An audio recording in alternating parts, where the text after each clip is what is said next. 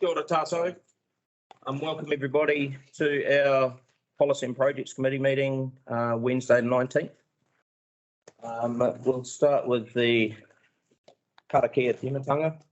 Mai te pai mona, raro ki te tai, mai te awatonga, raro ki te awaraki, tēnei ti hapori, awhi ai e taratahi, whānau, hara mai te toki, haunga hui e. I'd just like to ask if everyone would like to stand for a minute's silence, just in respect to the loss of Charles Grant, who passed away suddenly last Saturday. He was a trustee of Puranui Orangi Marae.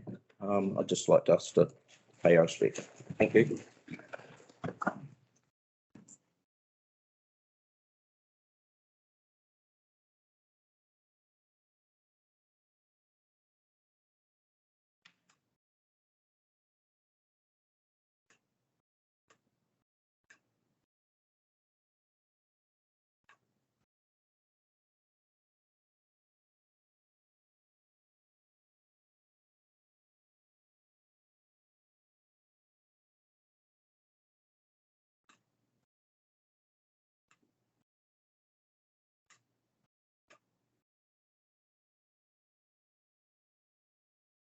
Thank you, everybody.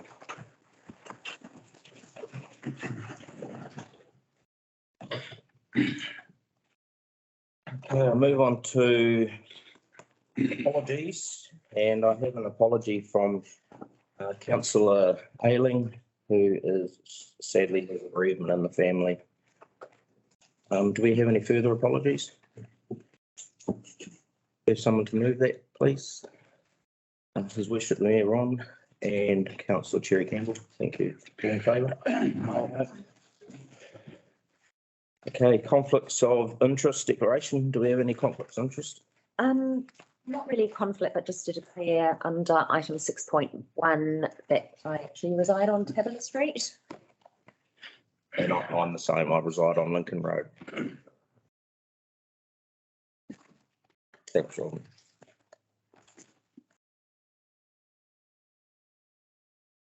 Okay, public forum. Do we have anyone in the forum? We do. Move on to item 5, the confirmation of the minutes. Trust you've all read them and agree they're a true and accurate record. Brian. Yeah, thanks, Steve. Yeah, I was an apology for that meeting. I'm down as an apology, but I'm in the present list is there as well, so I wasn't there.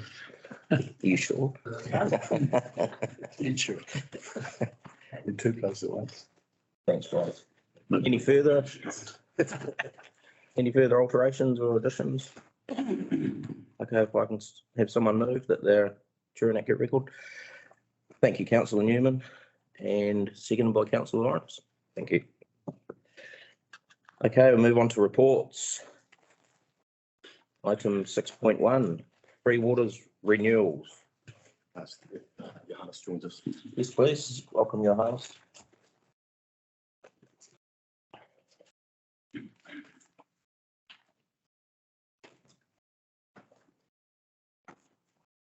Good morning, Chair and elected members. I take the report as read and want to highlight a few aspects of the report.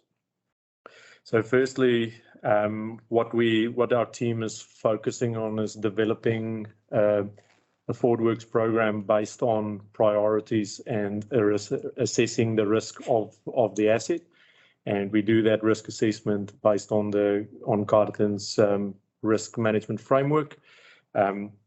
So we've done that and come up with a short list of our top 3 priorities with the current standing of information.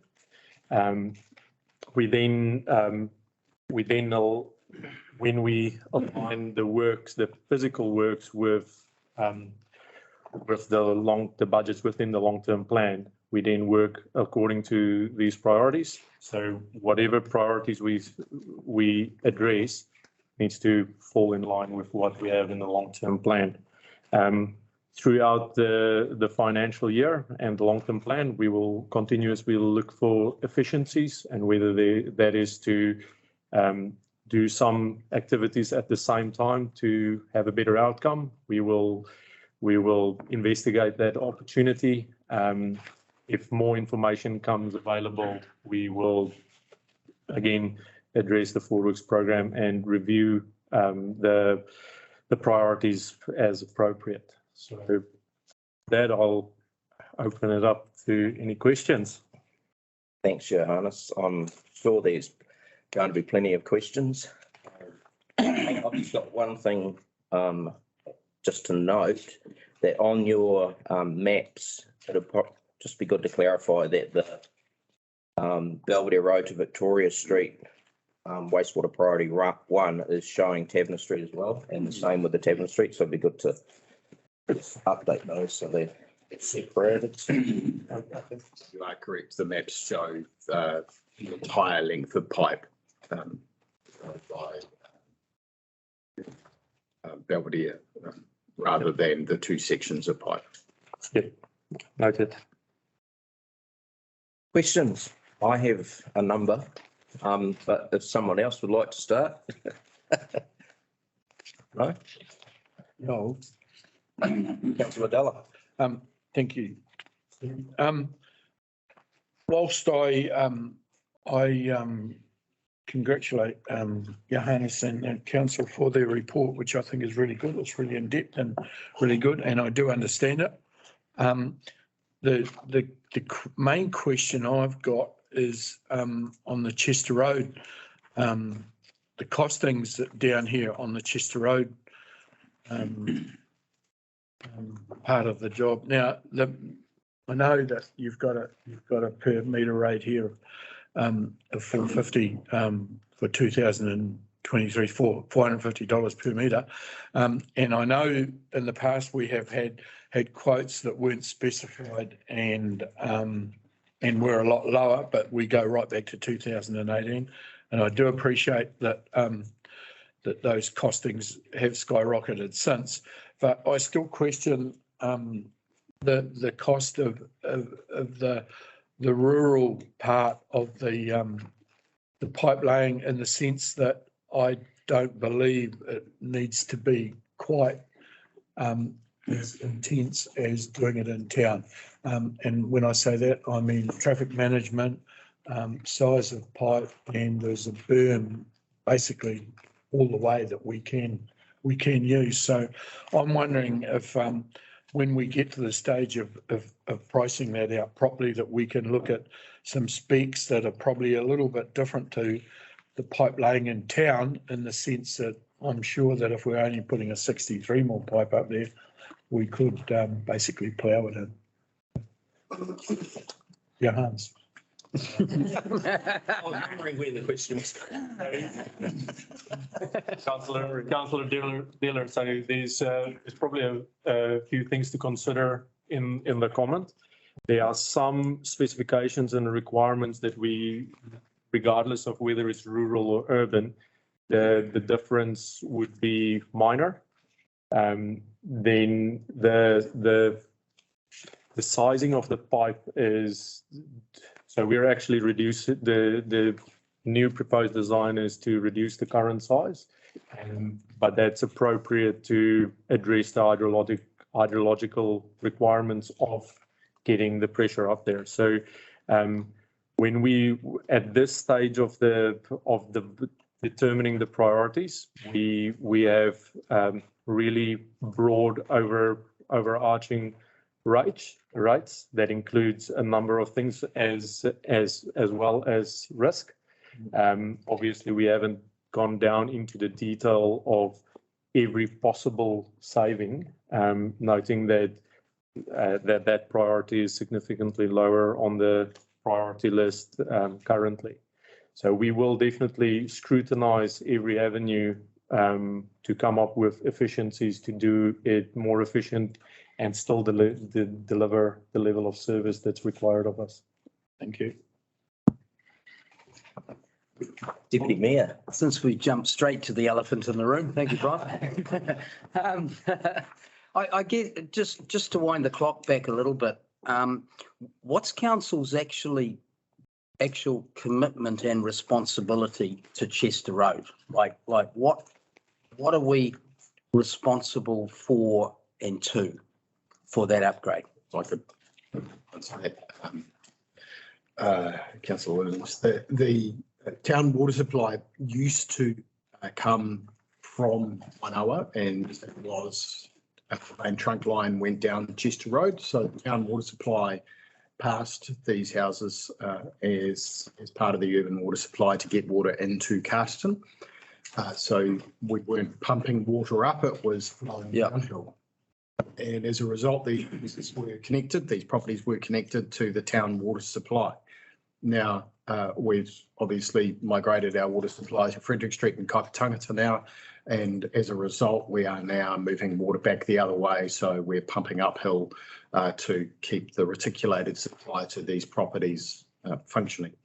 Now, under legislation, council is only able to turn off reticulated water supply to ratepayer properties following either the ratepayers agreement or being a referendum undertaken that considers the options that council has and goes out to all of the public in order to decide on whether or not to cease supplying potable water to properties. And at this stage, council has decided not to undertake a referendum. Therefore, we are obligated to continue to supply potable water to these houses. Okay, so existing use right supply, even if at the start it was a goodwill gesture to provide rural properties with an urban supply. Correct. We wouldn't connect houses to a trunk line now. We would only connect houses to a reticulated line because the trunk line has far too much pressure and is designed for trunking. We wouldn't do that now. But this is what's happened in the past, so we've now got to deal with it. So we are obligated to continue to supply. Unless we put it to the ratepayers. Correct. Obviously, it's been about face back in 73. There was a policy of if there was a rupture up Chester Road, they could just turn the valve off and you're on your own. Obviously, that's been turned around. Legislation kind of overrules policy, and that legislation means we have an obligation to continue supplying potable water. Can I ask, there are a lot of houses that have been built recently up Chester Road, which presumably do not connect. That's right. They're on rural supply, so they're on tank water Yes. and septic. If we do upgrade the supply, is it in our interest to connect more people to it? Or is it just make our problem worse? At this stage, we are not taking new connections. So as there are subdivisions occurring up Chester Road, we're not allowing those subdivisions to connect to the existing supply. And at this stage, I'll probably keep that policy in place. Councillor Cherry Campbell. Yeah, it's just going to say previous council did discuss, and it was meetings were held with the ratepayers up there, whether council could actually supply them with tanks and UV systems, et cetera, so then they could have, and that was declined, I believe. And Johannes and I have also met, so previous management, previous council and current management have met with ratepayers up Chester Road to discuss exactly that option with an addition of a top up during the summer months, because that's particularly when the problem occurs, is when we have drought period.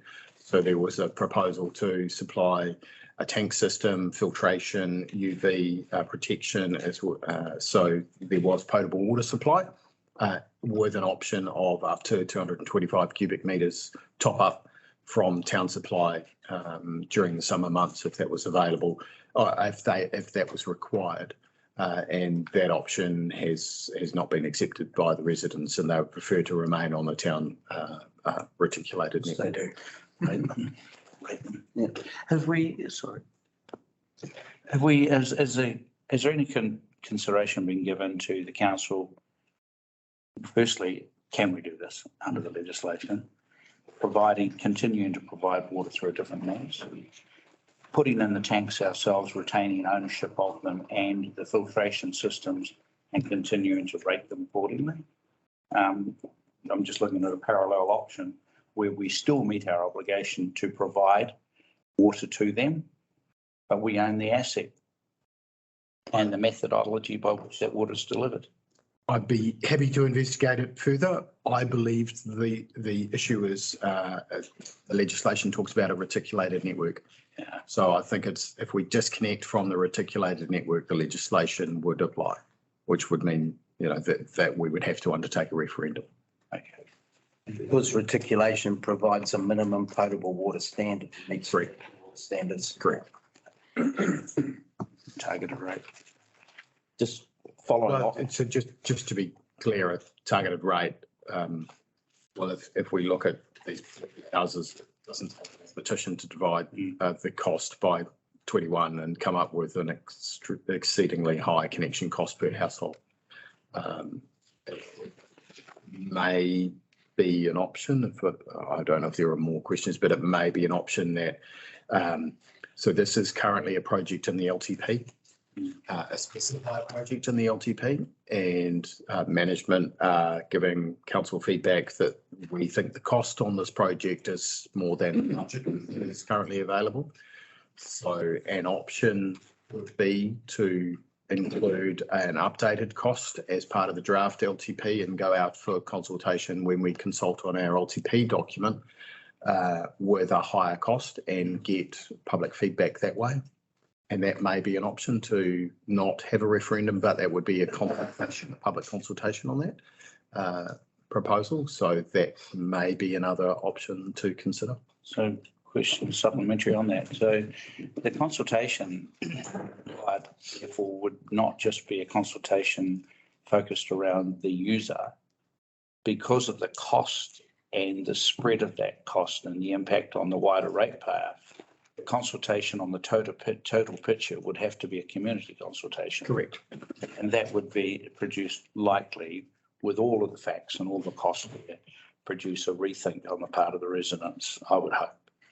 So what trumps in terms of legislation if the users say no, or say yes, but the rest of the ratepayers, based on cost alone and no vested interest, say no? Then it will fall to council. If you follow the process that is outlined in legislation, it will fall to council to make a decision. Okay. Happy with that. I just had a follow-up question on those properties. Are they receiving a restricted supply or are they on demand?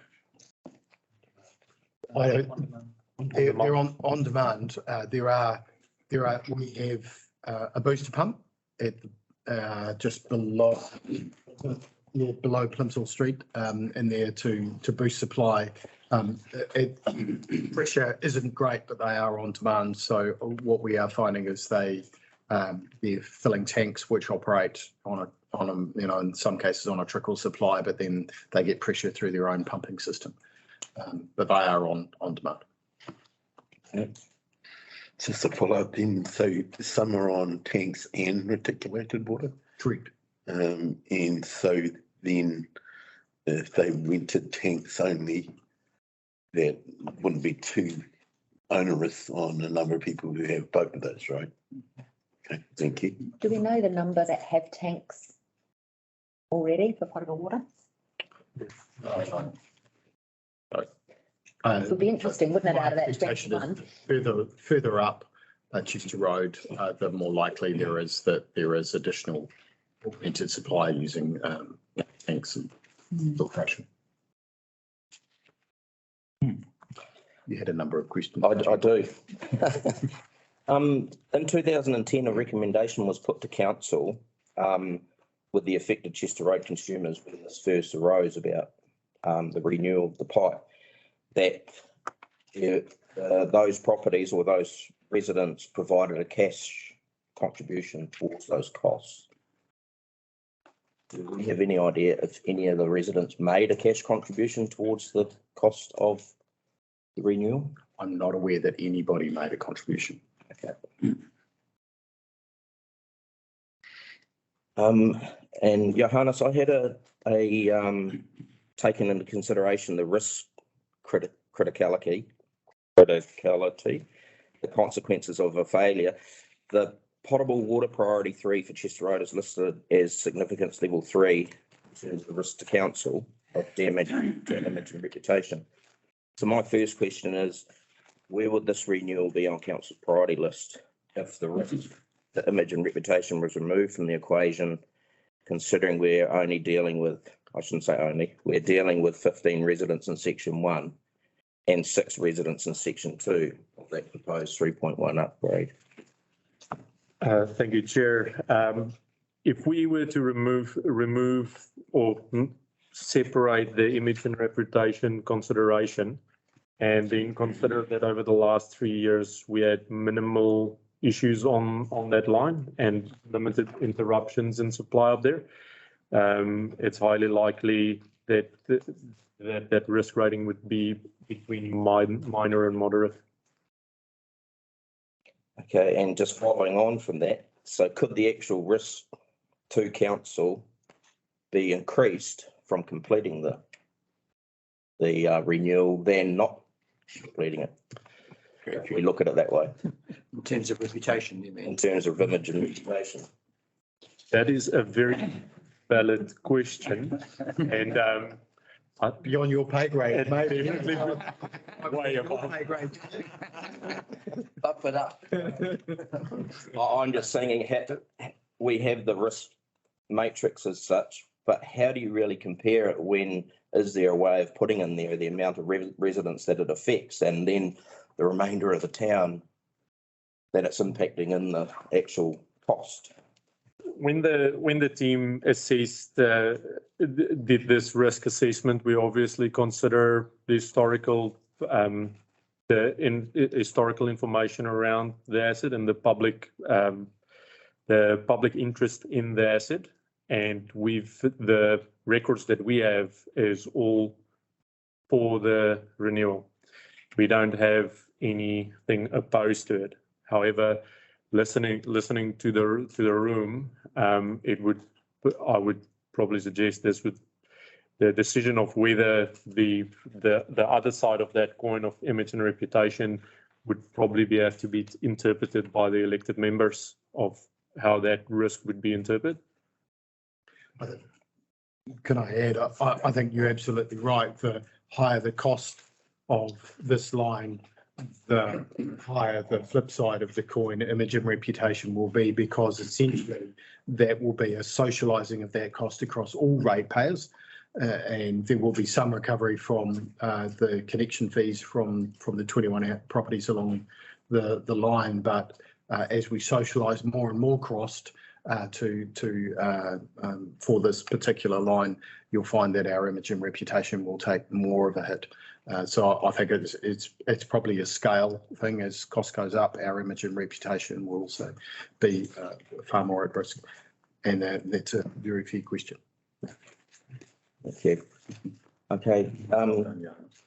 Away from Chester Road, the potable water priority 2 on High Street, that's 2.85 kilometres long, and it's stated in 700 properties.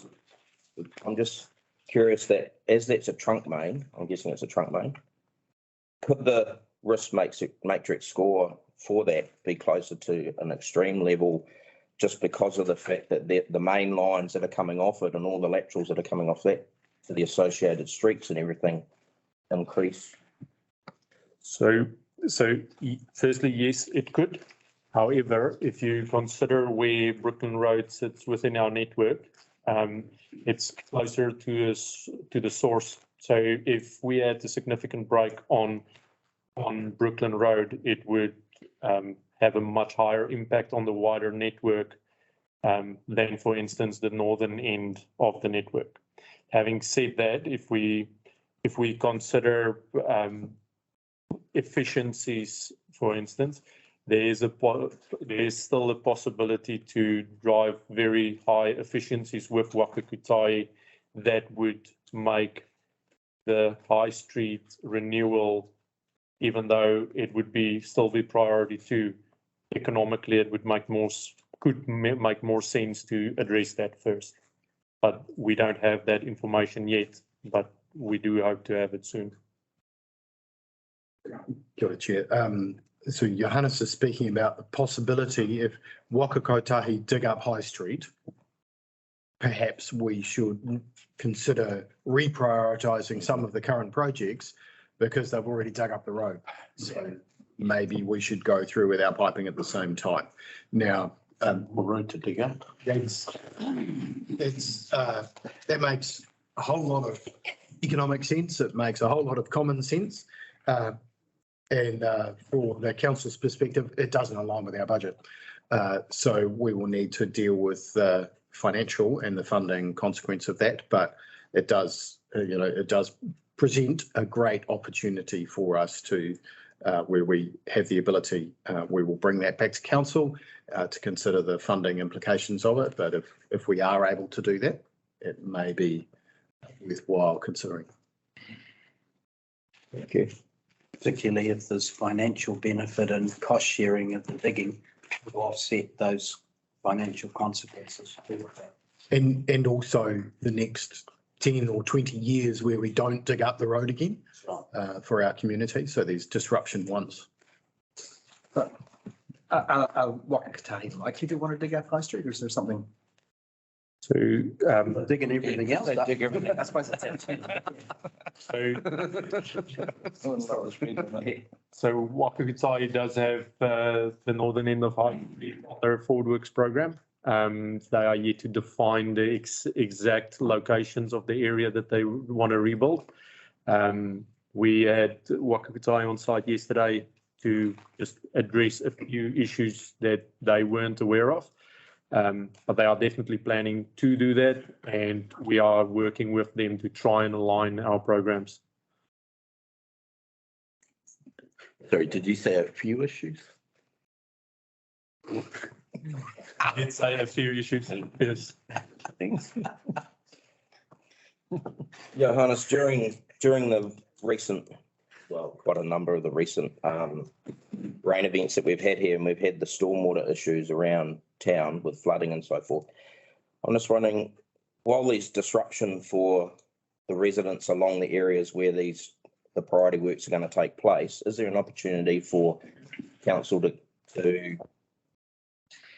assess the properties and look at their gully traps and their downpipes and making sure they're not going into the wastewater network and all that while we're causing disruption? Is there a possibility for us to do that? Yes, there is a possibility. And then also further to that, the operations team they are constantly, as and when they're out on the network, they are looking into those risks. If we become aware of that, we've also highlighted those things to the building team. So when they do go out and do inspections, they are aware of gully traps and so on. Right, thank you. Does anyone else have any further questions around the table? Taken up enough time with questions. We move to discussion. We have any discussion on what's put forward?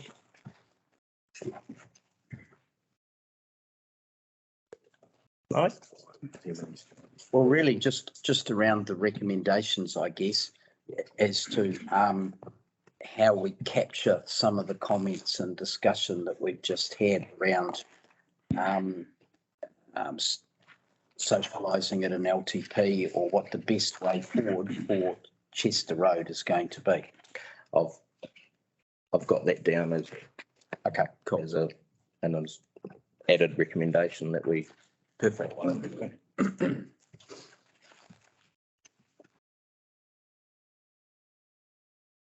No discussion. I'd just like to say, really appreciative of, your report, Johannes, and the way you've included the risk matrix into it, I think makes perfect sense. Although we may need to consider that risk and reputation, or the image and reputation, as we work through some of this. I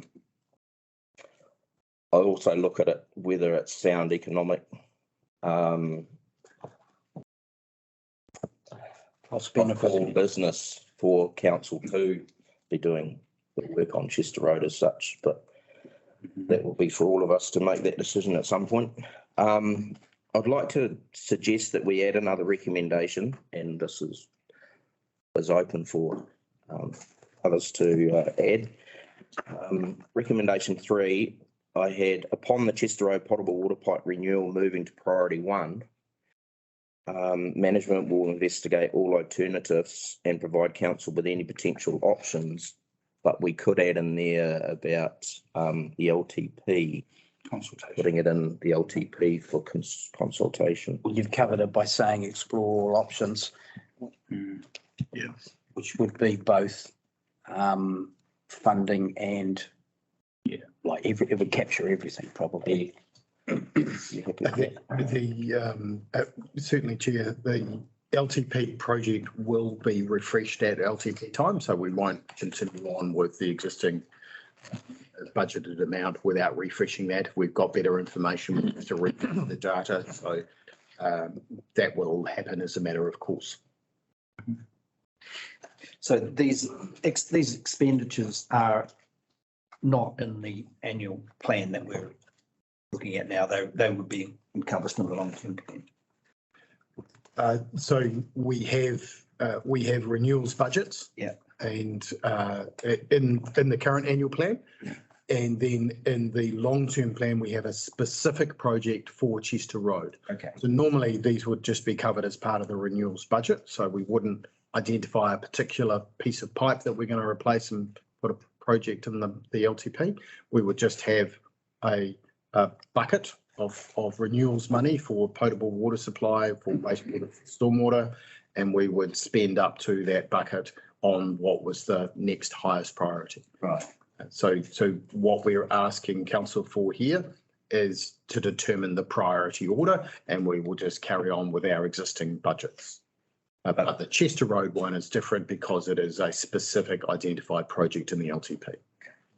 So if we agree to what's in here, that doesn't commit us to spending any money on Chester Road. No. Unless you bring Chester Road to priority 1. Priority 1. This is not like.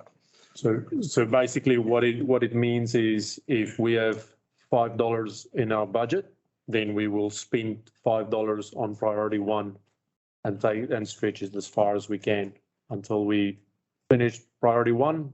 If that takes 1 or 2 years, then we will move on to the next highest priority. We got that in the minutes. That's Johannes's budget. $5. I thought we just used it then. Try the other foot. So, do we need the third recommend? Are you happy with the third recommendation? I'm happy with the third. Yeah, it needs to be, it's it needs to capture the conversation we've just had. Yeah. Okay, we'll move on to the recommendations then, and I'll take them individually. One, do we have someone to move? We receive the report. Thank you, Councillor Cherry Campbell, a seconder. Thank you, Councillor Williams, Deputy Mayor Williams. All in favour? Aye. Carried. Okay. Recommendation 2 agrees to the proposed priorities as outlined in this report. I don't need to read those. They're in front of you all. Do we have a move? I'm happy to move that. And seconded by His Worship the Mayor. All in favour? Aye. Against. And the recommendation 3, which is an additional recommendation, upon the Chester Road potable water pipe renewal moving to priority 1, management will investigate all alternatives and provide council with any potential options. And I'm happy to move that. and seconded by councillor Cherry Campbell. All in favour? Aye. Aye. Against? Okay, thank you. Well done, Mr. Chair. I agree with that. Move on to 6.2, the alternative water source investors. And we welcome Johannes to the table again. I take the report as read and not. Yes, I was Oh, acknowledging his work on the previous report. I apologise for that. sorry. I thought he was running away. That's good. So I take the report as read. This is a great report to present to this committee. In the previous LTP, we identified a risk of not having sufficient water supply to our district, which kicked off the alternative water source investigation. We've worked closely with WSP to develop the report, investigation report that's attached to the agenda. And throughout that report, what was really great is that we identified viable options. We also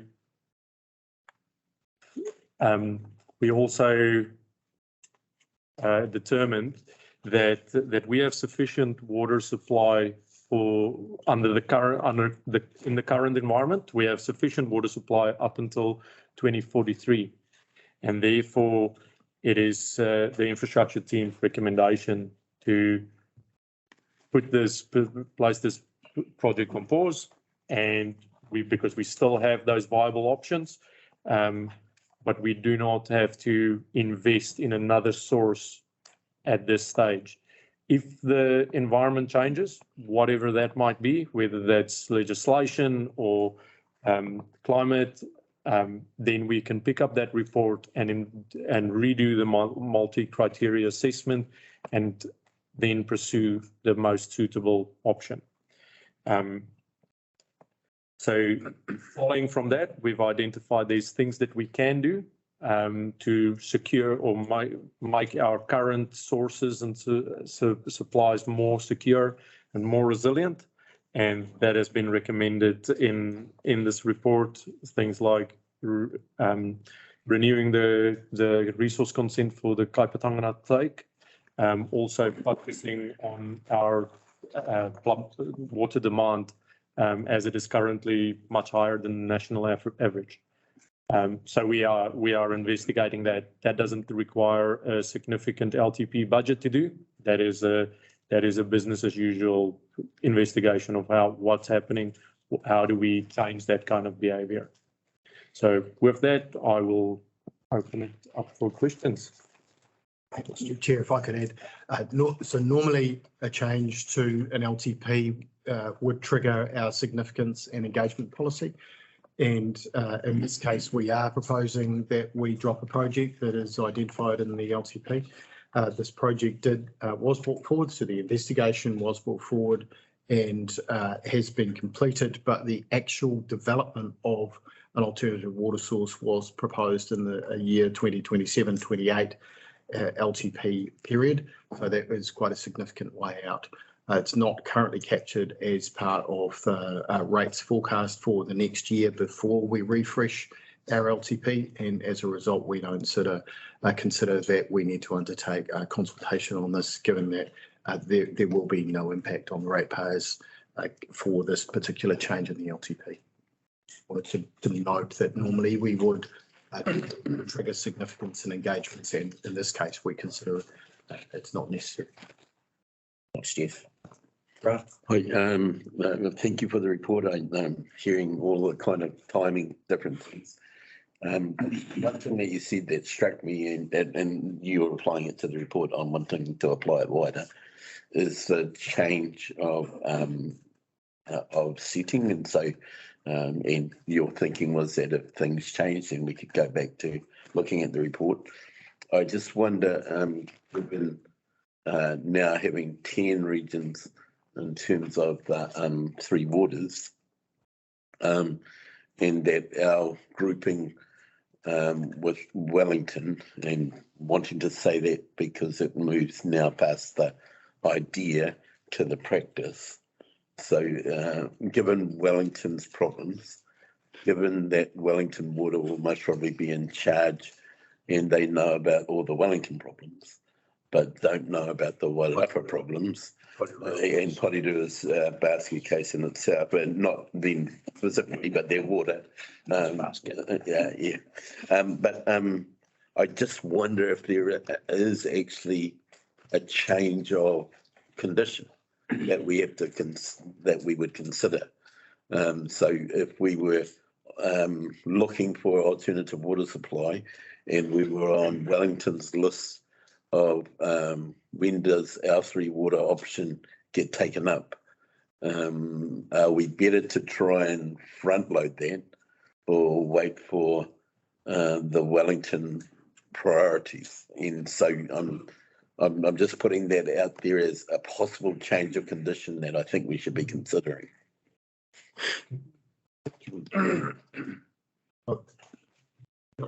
Right. I think there's a lot there. From our perspective, we think we have a small pot of money available to us. And if we invest that wisely, we will deliver the best possible asset for the new water services entity that our community could want. At this stage, we are planning on doing that with the renewals work so that our network is in the best possible state, has the fewest number of leaks, that our wastewater has the fewest amount of inundation available, and that our pumping network is up to scratch. So that's where we're focusing our investment. And if we can do that, it will further extend the requirement for a new water source. What Johannes and the team have done here is identify where that water source could come from in the event we do need it. We're just removing the plan to actually build it. And I totally understand your thoughts around perhaps we should build it because the new fella might not. I respect that view. That's a very valid view. Yeah, and I was preempting the budgeting part because we've got a small rate of base. So, but I am seeing in one of the options here an opportunity to work with flood mitigation as well. And so, for example, on recharging the aquifer, if you were having an outlet in terms of the flooding, so the flooding was going to an area, and that area was a part of recharging the aquifer, how would we know that? Well, our helicopters were flying over us at the moment, telling us about where you should be thinking about recharging aquifers. Then you could actually have a water option that works with some of the other options that we're hearing about. Yesterday, Darren Ponta was talking about regional councils getting more resilient in terms of flood protection. And so if some of those things that are highlighted under flood protection, also giving us water options, that's how you might be able to weave both of those so that we take, for me, the water storage option or an alternative water supply out of the hands of Wellington and back in the hands of Carlton. And so I'm just thinking that I can understand the dates and understand, we can put that off.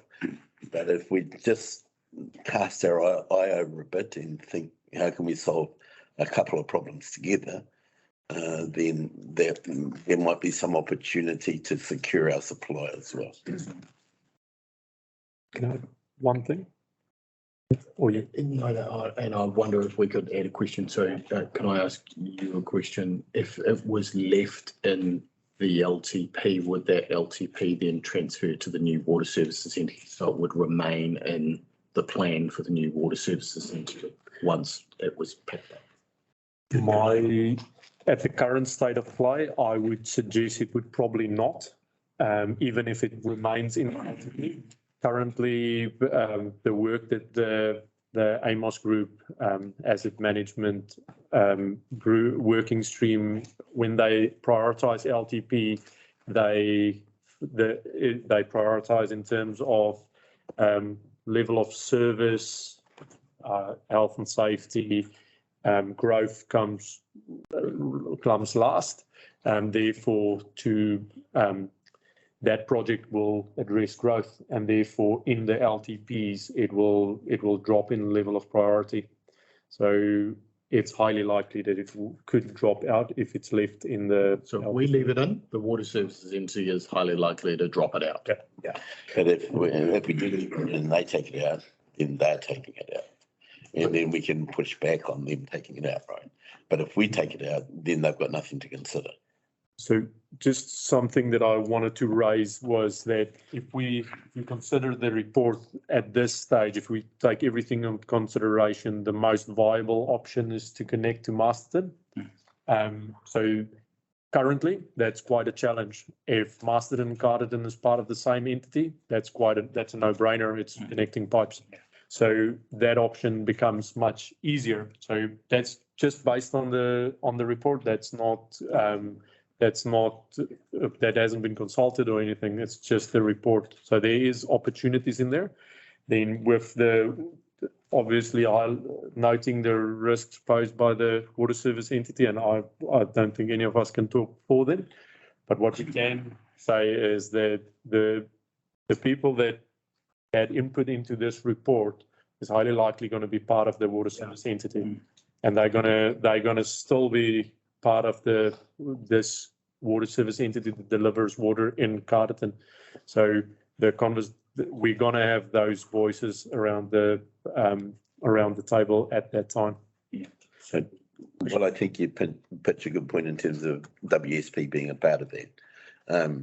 The kind of Wellington water section that would be a part of decision making right now, and that will be a part of decision making in the future. I just wonder even the consideration right there, because the other thing that Wellington Water has is a decade or more of understanding what Wellington water problems are versus a report in terms of Carterton. And I just think that we need, if we're going to do some comparisons, we need to think about the whole part of that comparison. So I'm not referring to WSP as they're just the professional services. What I am referring to is Carterton's operational staff that was involved in working with WSP on this report. So the key staff members that was driving this project is highly likely to transition into the water service entity and will make up that regional hub.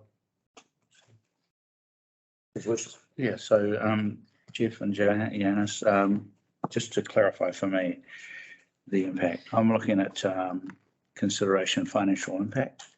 And the question is, if we take it out, the advantage, well, tell me whether I'm right or wrong.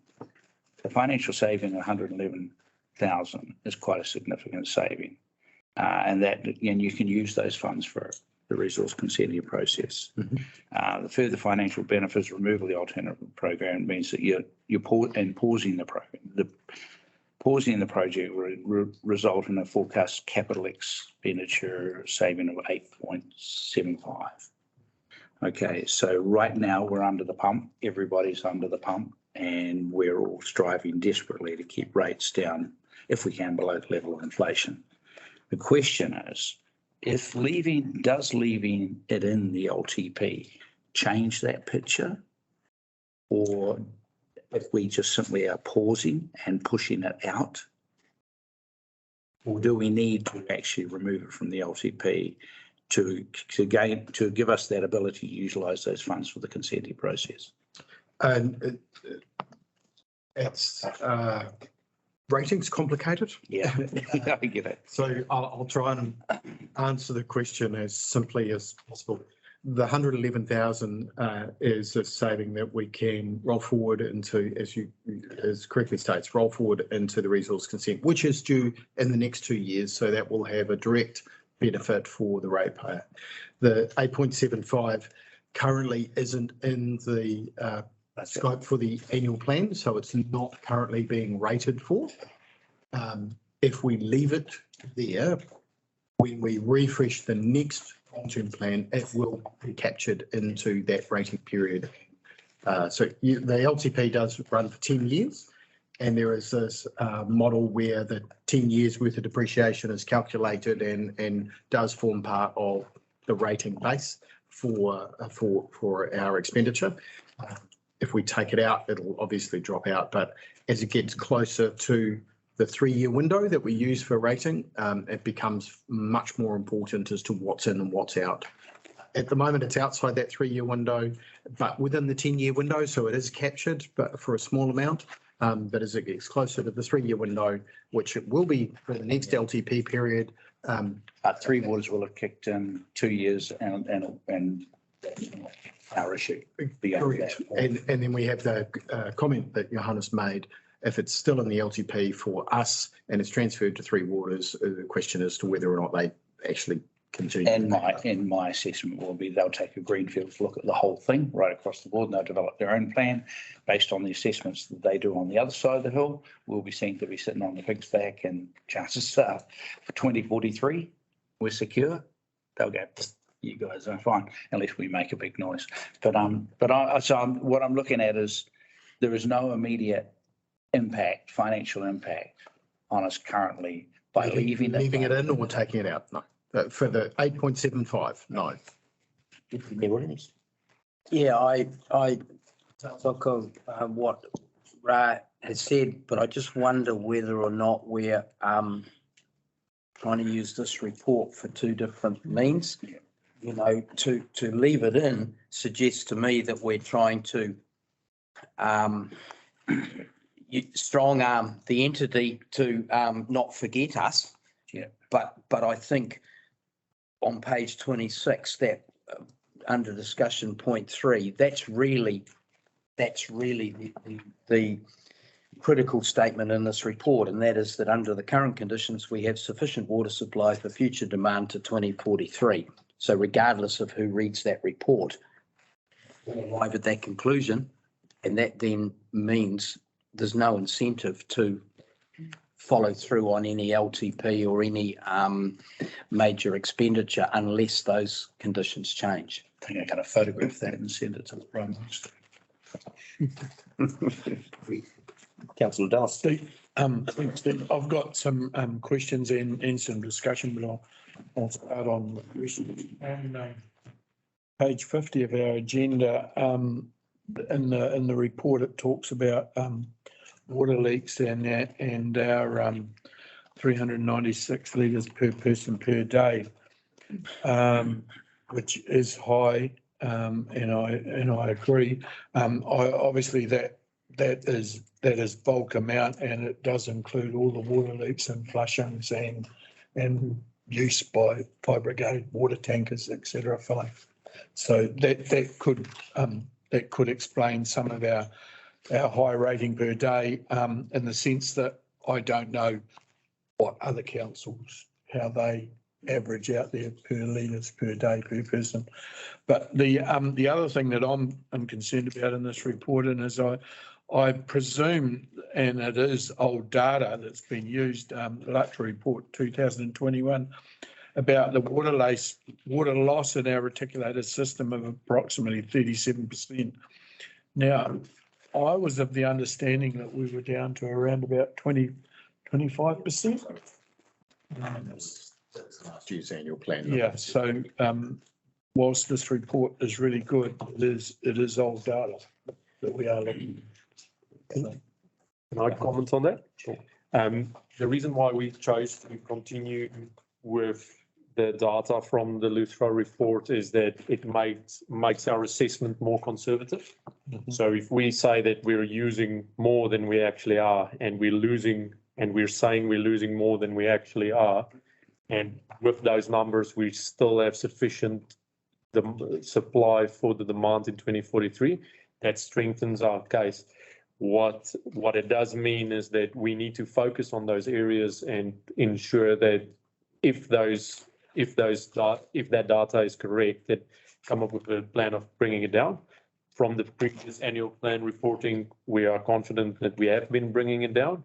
The team is looking into that report that indicated that high usage and just coming up with how they got to that report, because it is modeling, it's not actual.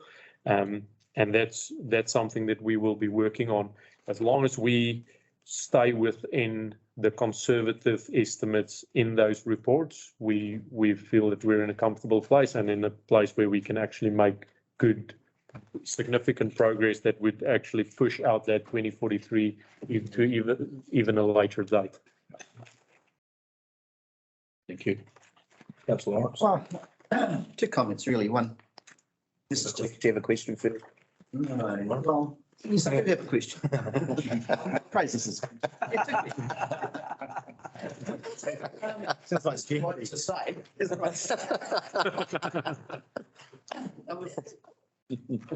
We received this report on Friday afternoon. I don't purport to be any sort of water engineer. I've tried to read it and understand it, and I really don't. So I'm just taking your word for it. If we'd had another week or so to think about it, maybe that would have been helpful. Just an observation, because it is highly technical. And of course, the other, and this is a question, this does talk about the various aquifers. And as Ra mentioned, there's a helicopter flying around with a big hexagonal thing under it. Is there any chance that that will in fact change these figures?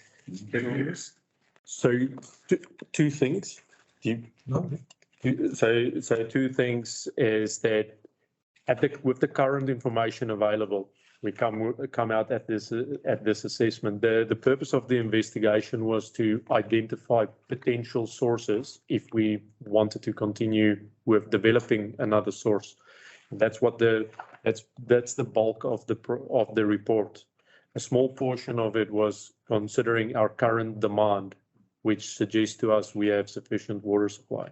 So having said that, we had a WSP is considered a professional service that developed this and reviewed the Luthra report, which was a standalone professional service, and the views are consistent. So I'll just say that. I don't know if you want to add something, Jeff. The Greater Wellington Regional project, which has the helicopter with a hexagonal aerial flying around, will take approximately 2 years to collate the data that they've gathered. And once we have that data, we will obviously feed that into any new information. And when we refresh this, it will take approximately 2 years to get that data compiled. My understanding is that if they find anything, it'll just improve water storage.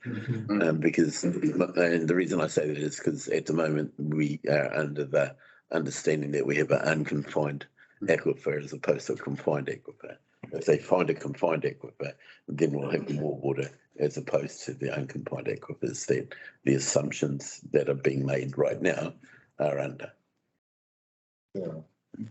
Yeah, and just then to answer Steve's question a little bit, probably more is the regional council underground aquifer survey will determine the aquifer's yield capabilities. So what that means basically is the size of the aquifer underneath and whether the current consents are yielding all that or it can be increased. So it could be, and hopefully that it could be an easier path to the consenting process, that more consents or more water is available. We live in hope. We live in hope. Thanks, Mark. I have a couple of questions. Just confirm for me the saving of 111,000 in capital. Did we have approval of 581 for looking into the new water resource in the LTP over 2 years? It was there were two budgets in there? That is correct, and we brought those forward, and this saving is part of that. So that was my question. Is this the saving from 581, or is this the saving from the first year of the 286? I believe it's from both. It's based on the budgets in the current annual plan. So those projects were brought forward by The 2 year, both. Both Yeah. years. So I believe it's both combined. Thank you. Just one on that's mentioned in the WSP report, and we might have already talked about this at a previous meeting at some point, but the 1,000 cubic metre reservoir up the Kapatangata, is that in need of the liner? Is that in need of renewal, the timber tank? So we do have some liner upgrade in the next annual plan. So it is in our forward works program. Okay. And my last question was just another thing that was mentioned in the WSP investigation report was they noted the reticulation system and the differences in the pipe. The asbestos cement pipes and PVC and pipes of an unknown material. And then it had an analysis of the pipe condition, and it indicated that 71% of the pipe is rated average to excellent and the remaining 29 is rated poor to very poor. Are we able to get, you've given us a plan of the wastewater network, and it's got the different colours highlighting, I guess, the good areas and bad areas and so forth, and areas that don't need any work. Are we able to get the same thing done for the potable water network? So that Yes, Chair, and that's produced every year in our annual report. it is. It is. It's part of the annual report. So the pipe conditions for water and wastewater are included, and the average. It also talks about the type of pipe and basement. Is it in a map? Is it in an actual? It's not in a map. No. It's in a table. I was meaning in a picture. In a picture. In a picture. So in the report on page 19, Yep. 18, 19, 20 shows the potable water map. Yep. But it's all in blue, and the only So the blue ones mean that they're on priority. Blue in the water. So anyway, so the blue means that it's better. So that's the priorities maps that's been developed there. that's where I'm confused, is if you look at that map, it shows practically all of Carterton or the majority of Carterton is blue. So I'm just trying to identify the 29% that's rated poor or very poor in amongst that's. So the risk so the maps indicate risk. So once we've done that risk assessment that we've done to determine the priorities, that's what the maps represent. And so it considers that data to come up with the risk. That makes sense? You'd like to see the maps. I just feel like we see the one for the wastewater with the different colours and so forth, but I don't see the same with the potable water, and I thought you'd see the from poor to the very poor, but we don't see the difference. So in the wastewater also reflects it doesn't reflect the condition, it reflects the priority. So it's once we've now considered the condition, we've considered a whole heap of things through the risk framework, and we've assigned a priority, and that's what's indicated on those maps. So we use the condition as a data set to inform the priorities. Okay. Can I just add something? So if you are wanting to see a map just on a condition, we can color code water and wastewater and present it as a separate map. It might be useful. That might be useful just to compare apples with apples if we're looking at the wastewater and potable water and getting a picture in our own minds. Wonder if that would be potentially bringing the first set of data to the council table, and then if available, we could include it in the annual report. How long does it take to develop that map? He said years. Years. Put it into the LDP. He might not have said years. He might have said minutes, but certainly let's take this an action away. Council would like to see the maps, so we'll bring that back to council and table it, and then see if we're able to include those in our annual report. Just don't spend 8.7 million getting the maps. It will be more expensive. 4 years. It's a click of the mouse. Ruslan set the Click of a mouse, right? very high as to how long it'll take. Thank you. Do we have any more questions or discussion surrounding this agenda item? Yes, Mayor Williams. Well, yeah, just a comment really, and I just want to, Are you allowed this? eh? Are you allowed this? Just discussion. Do you think?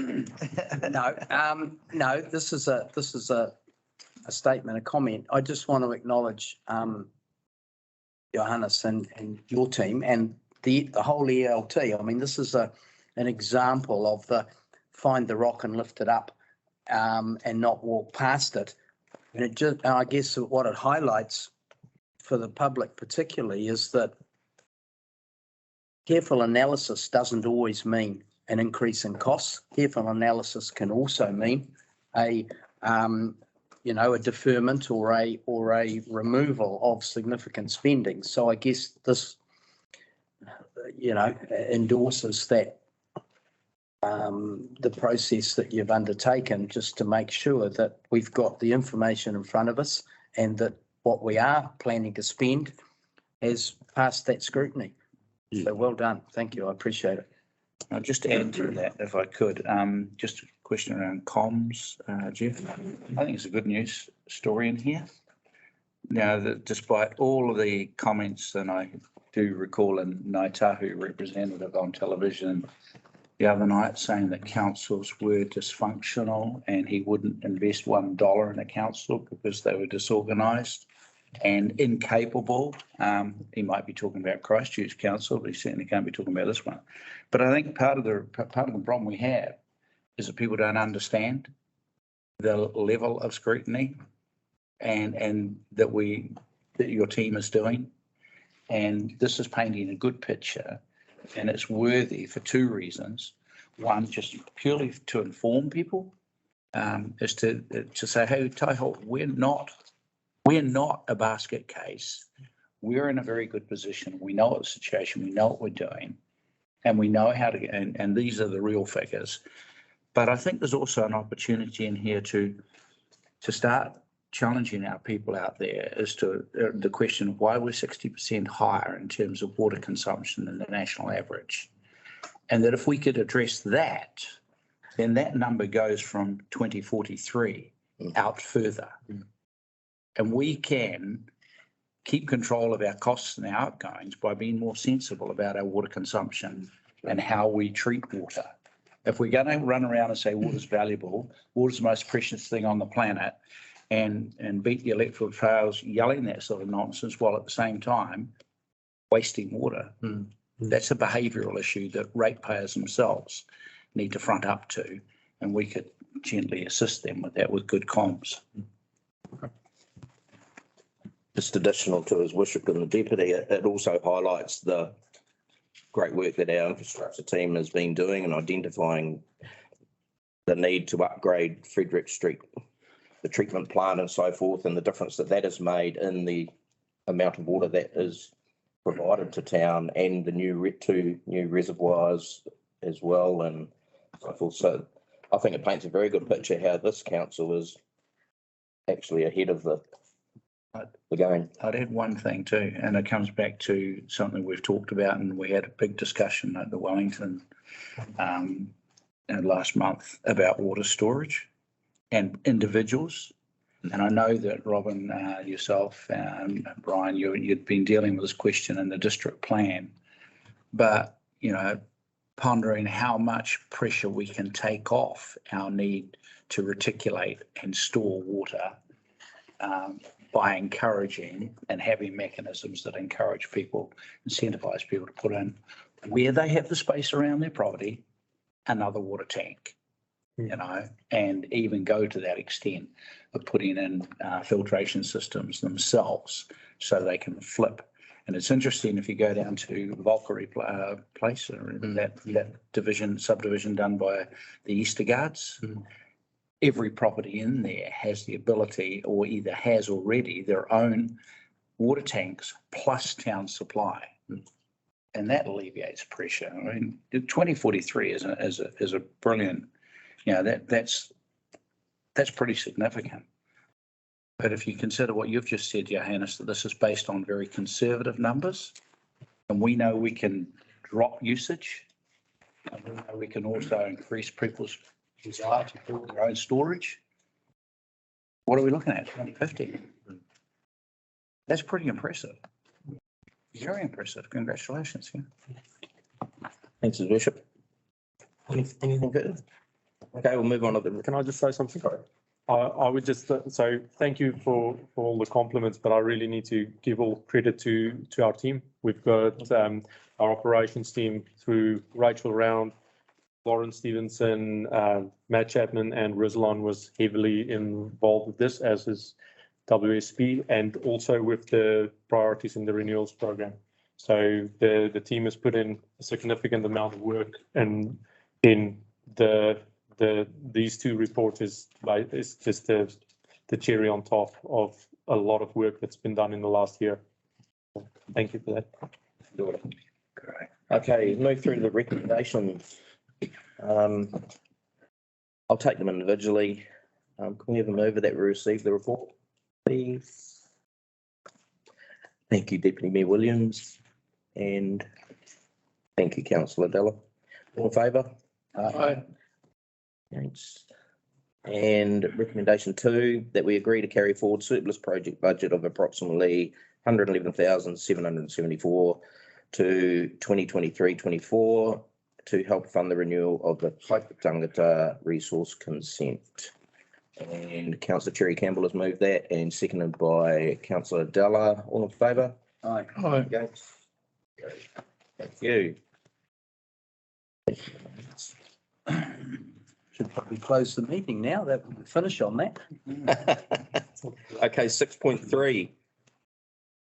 Ruahanger roads and corridor access. Is this actually a meeting about you? I think it might. It's a table. Thank you, Chair. I take the report as read. I do want to highlight this report is also could be seen as a good news story if you consider the sheer volume of emergency works that the roading team are having to deal with, and whilst dealing with that, they still get through a whole heap of routine maintenance works. We're year on year one of the only councils in the country that, or not one of the only, but one of a few councils that can deliver their sealing program before the winter sets in. And that is such a major achievement, even if, especially when you've had such a wet summer as we had. So again, just want to acknowledge the work that the team has done, and put it open to questions. Thanks, James. Any questions on the report? Yeah. Councillor Della. In today's Times Age, obviously, online news about the edge breaks on Hughes Line, and I see in the report, Johannes, that 3 have been repaired. And I know there is ongoing talks with Waka Kotahi. Is there any updates that you can share with us as yet as to what's happening on the northern end of Hughes Line? So in terms of what the relationship with Waka Kotahi, their project team was planning to present to, I don't know what their committee is called, but to request to support for Useline. That's not part of their project scope. We've reached out to them. The team has done a report to them on damage that we've seen, and they are putting it to their superiors to get funding or get support for that. We are working with their project team and the consulting engineers, Becca, on that, and working through quite a number of things. But nothing has been confirmed yet. We are still hopeful that there will be a good outcome for Carterton District following those talks with them. Thank you. Could I perhaps just follow up with that, with a supplementary question? And say, regardless of the funding for the repair on Useline, when would it be appropriate, in your view, to actually undertake the repair? So there's two repairs. There's the reactive part where we address something that's a major risk. For instance, if there was a large edge break or thing that we could address under a routine reactive maintenance, we would do that immediately. Something like widening the next phase of Useline, we would firstly we'll have to plan for that in our low cost of risk budget, so that would not be next year but the following year. The other consideration would be we would not do it while the State Highway 2 safety project is ongoing, just because of the volume of traffic. So that would create a significant impact on the wider community. Thank you. On page 170, there's about 108 kilometres of grading being referred to, and that the cause of that grading is by the use of heavy trucks in terms of the logging. Do we think that there should be some kind of compensation from that group? Well, That's a very good question, a very valid question, I think. Ralph. No, Namu Forest now. Yeah, but not. Our iwi, I mean. Very valid question. At this stage, the rating base that we have is limited to property owners, and there is no separation within that rural property owner rating base for what is undertaken, whether it be pastoral farming, lifestyle block, or plantation forestry. So at this stage, until council decides to identify a group of ratepayers, for example, plantation forestry, as a group that exacerbates cost within the ratepayer, within the council's expenditure base, then once we identify a separate group and we identify how much that cost exacerbation is, i.e. the damage on roading, we will then be able to potentially target rate at that user. But at this stage, the user pays that we have on our roading network doesn't give us the ability to take on forestry companies. I'm going to apologise for being an English teacher, because subtext is usually what we look at. So from what you just said, is it a recommendation from the Policy and Projects Committee to our full council that there should be some consideration about ratings and costs?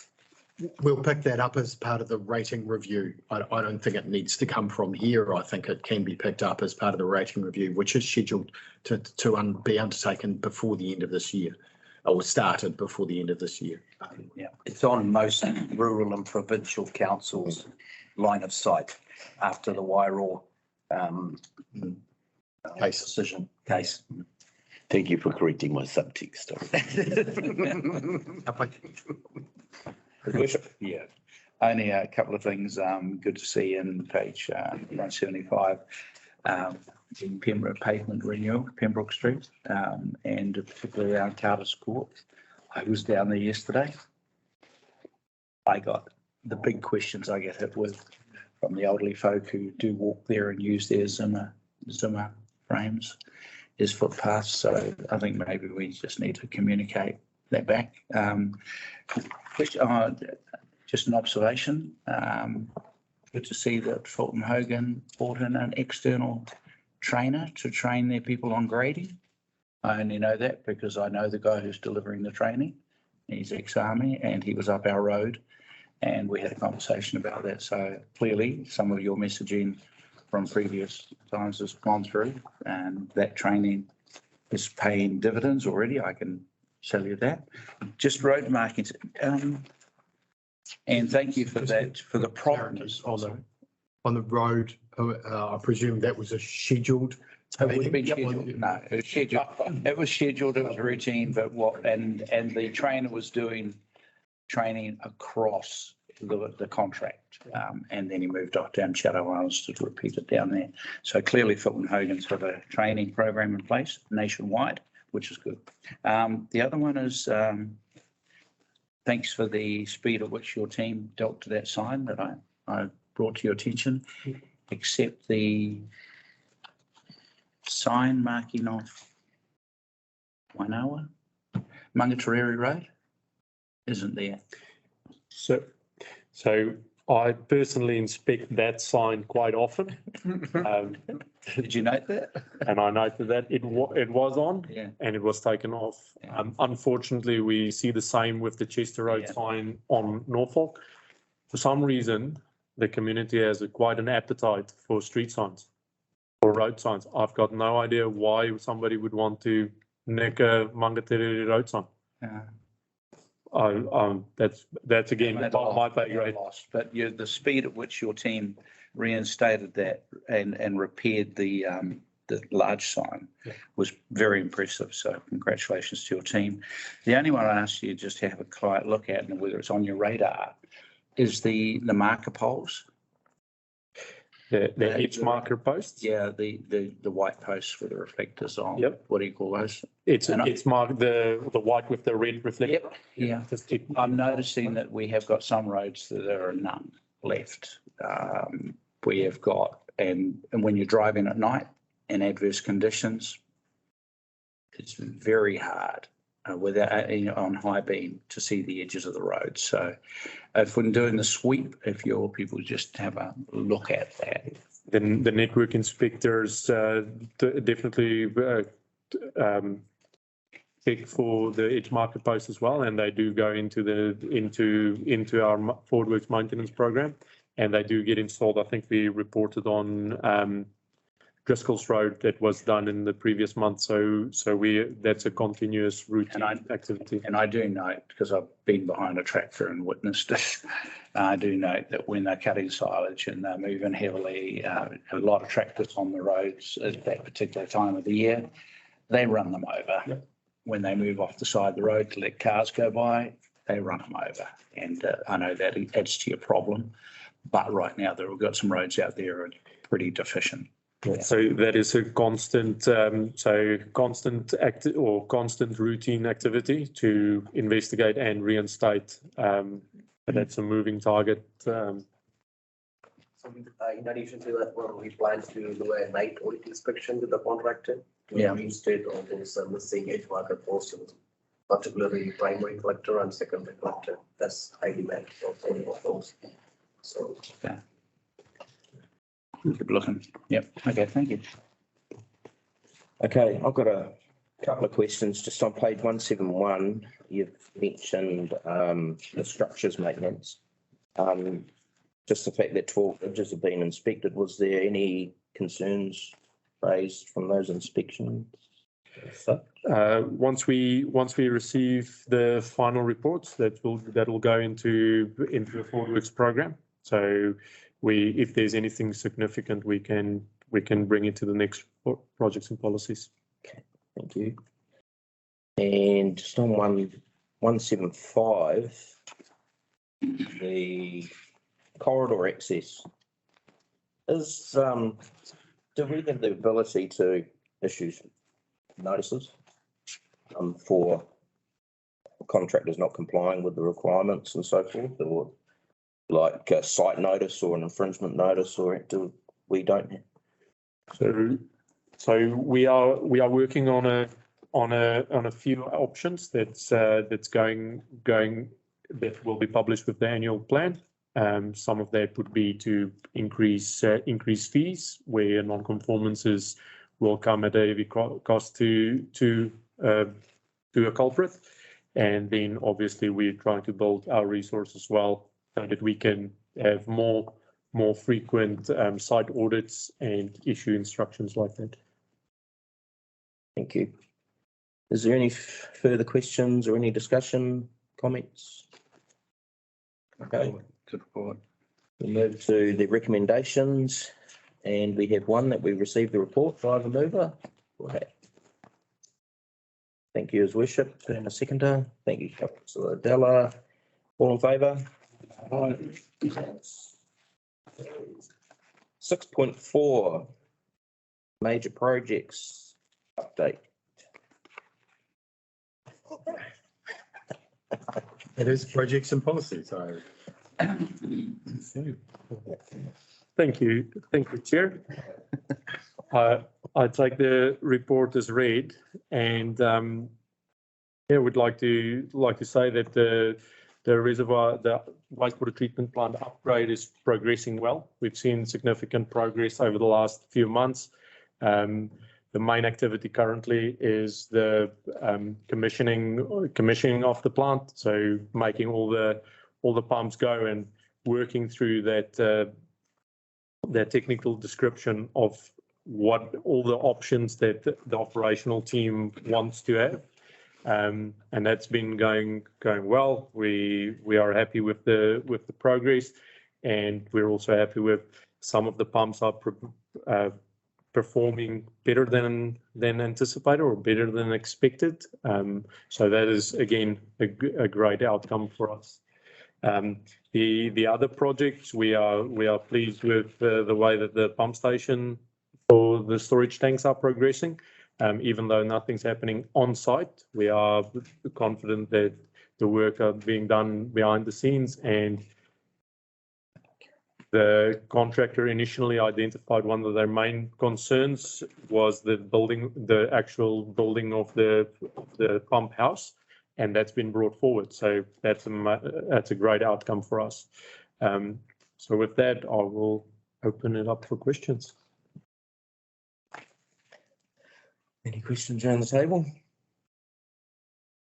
You must have, sorry. Got one. I have a couple. You knew, didn't you? I knew. Just in regards to Vikings completion of those repairs to the liner, does that mean we're any closer to completing those costings for potential going back to CHB for? Perhaps I could answer that. So the answer is yes. As we get close to practical completion, we'll have a much better idea on total cost to remediate the site and also complete the works. That role will be undertaken, so that assessment of what is council cost and what will fall to CHB will be undertaken by the engineer to the project, and that will be reviewed to make sure that it's appropriate, and then we will go through a process of recovery. I won't go into too much detail as to what that process is and when that happens, but yes, you are absolutely right. As we complete Viking, as we complete commissioning, we will come towards practical completion. But before we do that, there will be an assessment of cost. Thank you. So that, I guess, addition to that, will you have or can you provide us with a bit of a Timeline. More how the budget's progressing against the extra 1.9 million that was added into the project just for the extra costings of Viking, just so we know we were sitting with that extra budget. So I'm happy to bring that back to ordinary council at the time that's appropriate, as long as it doesn't impact any legal proceedings that we may have. But certainly wherever we can, I'll bring that back to ordinary council. Thank you. I don't have any further questions. Any discussion around the report? Yeah, probably just one on the solid waste transfer station. The second weighbridge obviously is in working now. Now that we're weighing out, are we obviously getting more of a true record of what has actually been going in there, and is that to our advantage as such? So, Councillor Diller, the ability to weigh on the going out has really relieved a lot of frustration from the community. Previously, car would have to come in, get weighed, drop their load, get out, come in again and get weighed at the only bridge at that time. Now they can do that on the way out. Whether that means that people are more willing to be weighed and not just pay for a trailer load, that's yet to be seen. We don't have any data to suggest one or the other, but it practically makes life much better for the user. At the moment, the users have still got a choice whether they pay by the trailer load or by the weight on it. Yeah. Over a particular limit, they have to pay by weight, but below a limit, they. Yes, thank you.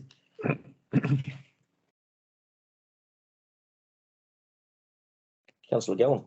I'm not sure whether you're the person to ask here, but the Frederick Street fence, Frederick Street Lincoln Road fence. Yep. I'm getting jip all the time about that. Has that been signed off as finished there? So the Frederick fence is just part of our maintenance for the year. I'm happy to address that concern with the interested parties. We've assessed the fence and didn't consider it to be of a risk. I know there's been a comment made that it decreases sightlines. That's gone quiet now, but what I'm getting is like everyday contractors going on about the gates there, you know. Maybe it's a public interest thing, you know, but Just for the meeting, the issue is. that they've got overlapping gates, especially the pair of gates are overlapping, hung like that. There's a left and a right. This is on the Boar site. Pardon? This is on the Boar site at Frederick Street and Lincoln Road. Pardon? On the corner of on Frederick Street and Lincoln Road. part. But if we're paying for a contract to do that, we're paying money. So happy to look into that. It's a good job. Yeah. All of the contractors that come to work give me a chip about it. Take a gate manufacturing expert with you. Let me look into it. This is the first word that I've become aware that there's an issue or a concern. So I will investigate it. The gate man, the fencing contractors come at me about it. Train has moved. Right, cool. Anything further? Okay, we have one recommendation, and that's that we received the report. I'm going to move that. Do we have a seconder? Thank you, Councillor Cherry Campbell. All in favour? Aye. Against? Okay, move on. 6.5, Free Waters Operations. Welcome to someone new, Johannes. Yeah, Chair, I will admit, There is no secret paper with, an agenda item that comes in. Yeah, the real kickers in the last entry. Yeah, the risk of having so many papers is that I do tend to run out of English. So hopefully I make it to the end of this one. But Rachel Round's currently on leave, so that's why I'm presenting the paper. I take the report as read. It's very basic. This is our business as usual, but we do feel that it's valuable information to the committee to see what our operation team is doing and the progress that we've made. One thing that was really great is I received a comment from Kukutai that they wish that they could get their contractors to reinstate pavements to the level that our operation team does it. So that's great that that reflects good on Carterton District Council. So with that, I'll open it up for questions. Thanks, Johannes. I have a couple. Page 180. The aerator that you're looking at purchasing, will that be covered in existing budget, or will that need to be something additional? I believe there is a LTP budget for that aerator.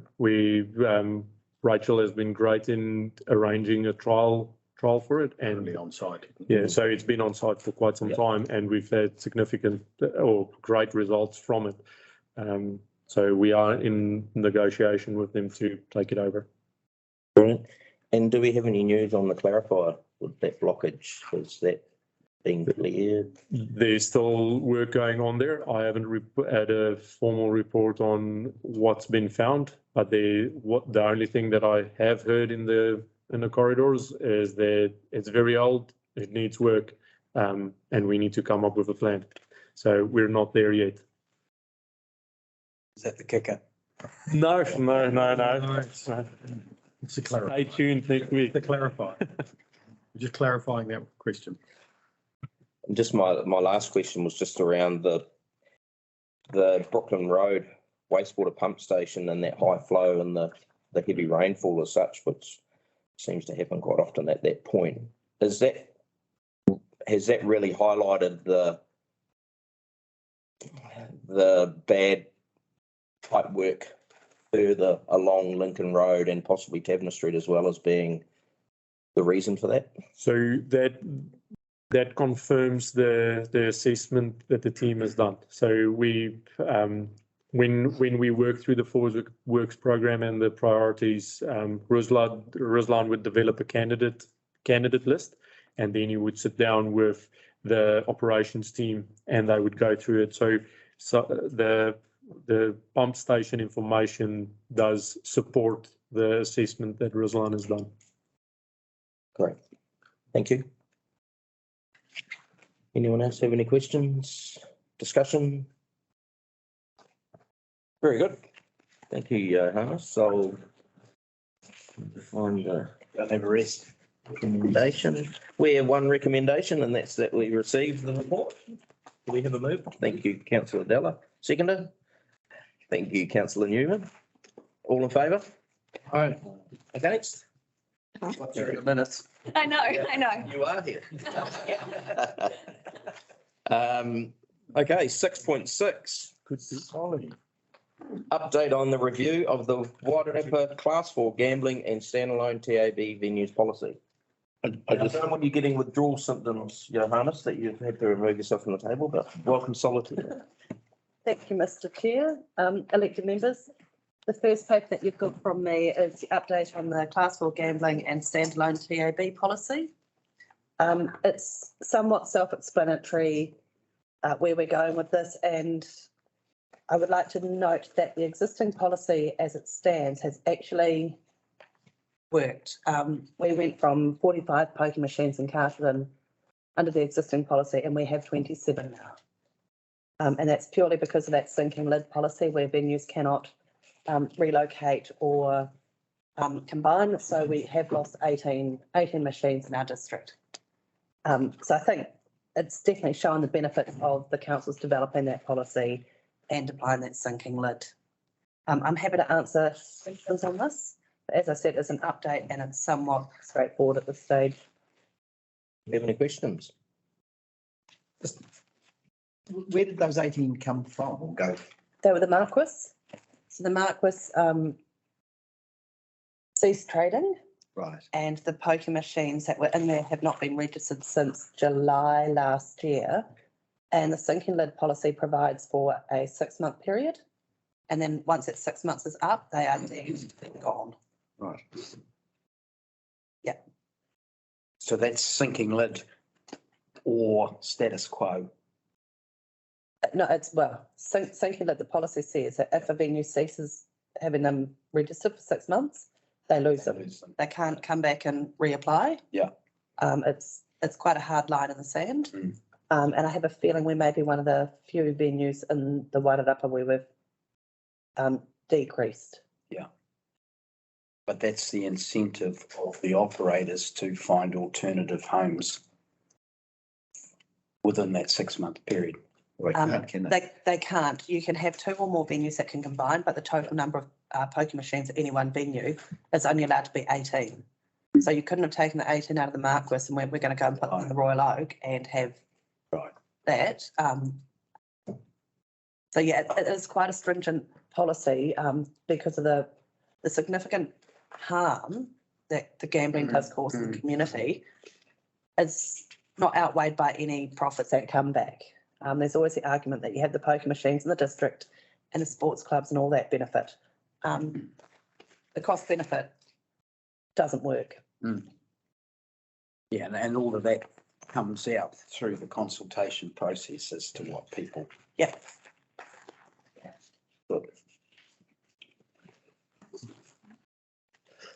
Any further questions, discussion around the report?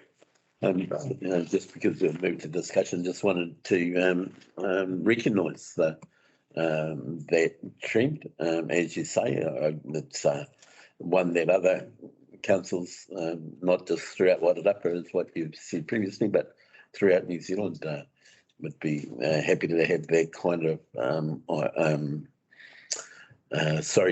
movement in terms of the reduction.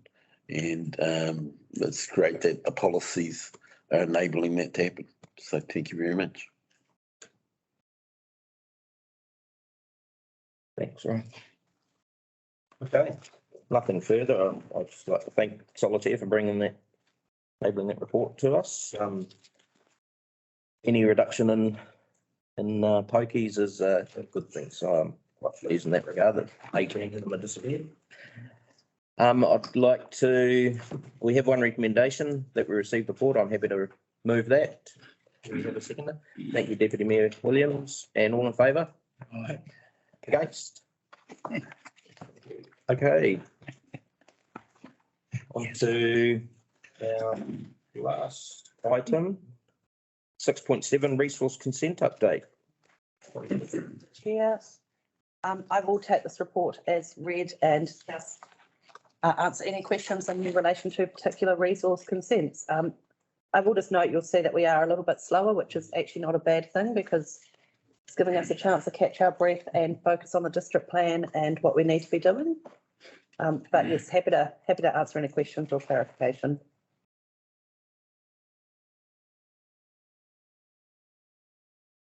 Anything around the table?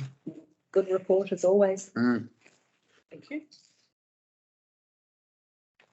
I just wanted a little bit of context. So I noticed that the resource consents that you've focused on are a small number compared to all of the resource consents that you'll get.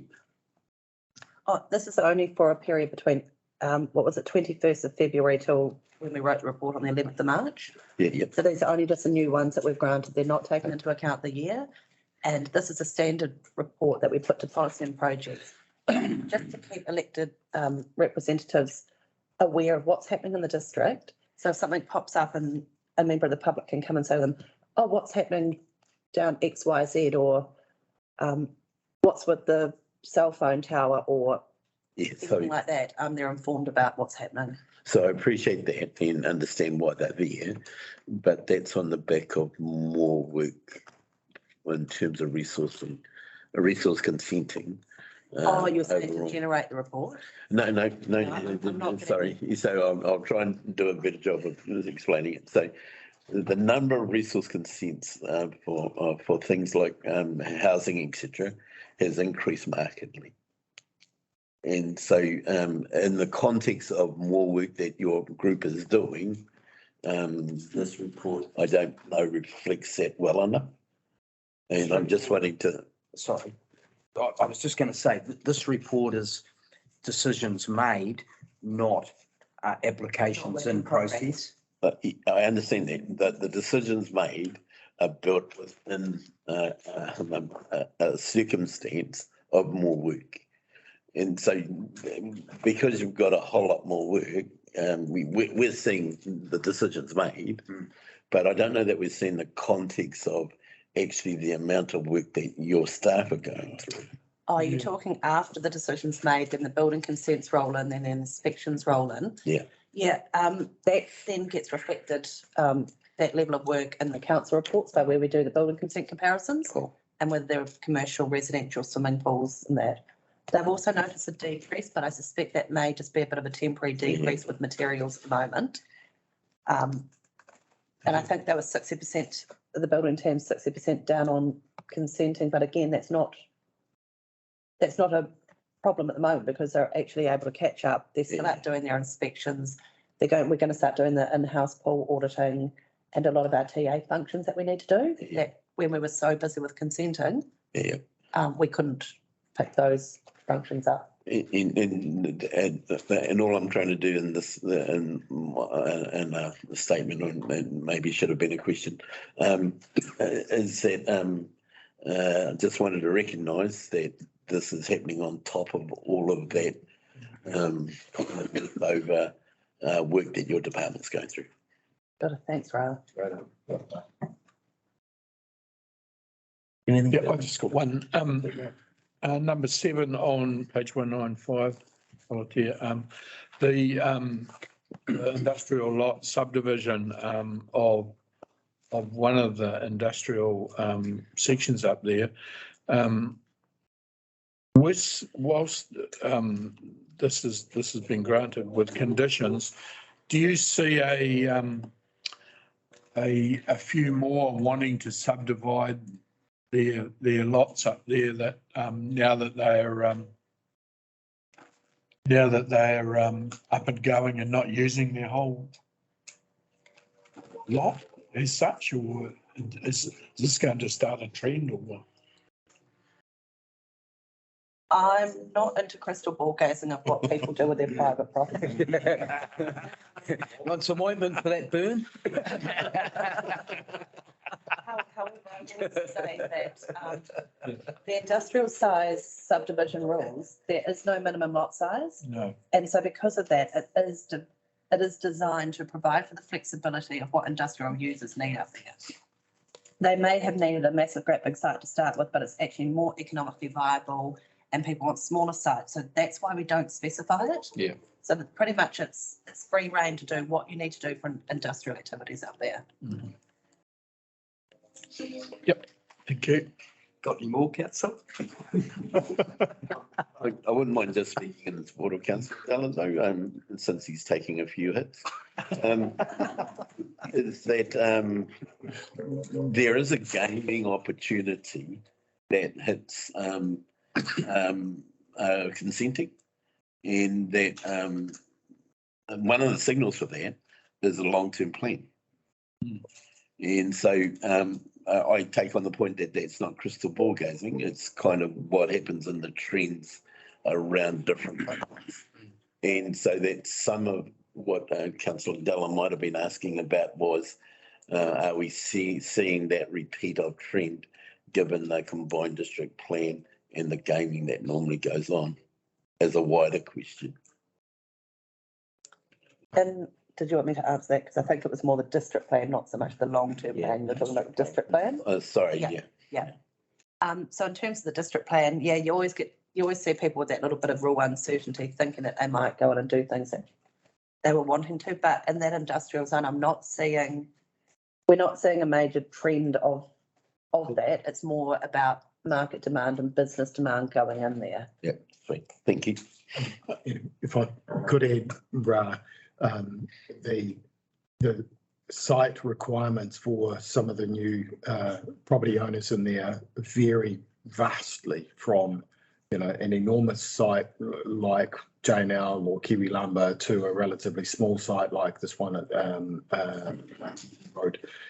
And so I think it's very difficult to subdivide, use a relatively straightforward template and then expect everybody's going to fit the template, particularly when it comes to industrial activity, because that is so vast in terms of what they're able to do. And I'm just thinking that sometimes a long-term plan or a combined district plan, and the case that people might be going to that one size fits all And so then start thinking about what their response to that is, so that they could be usually advantaged by it.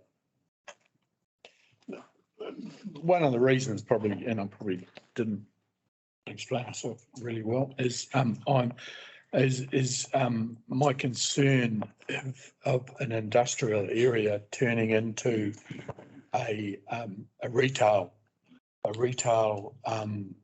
business setting up in front of an industrial site. And that retail site could be pertained to the industries around that industrial site, whether it be engineering supplies or a cafe.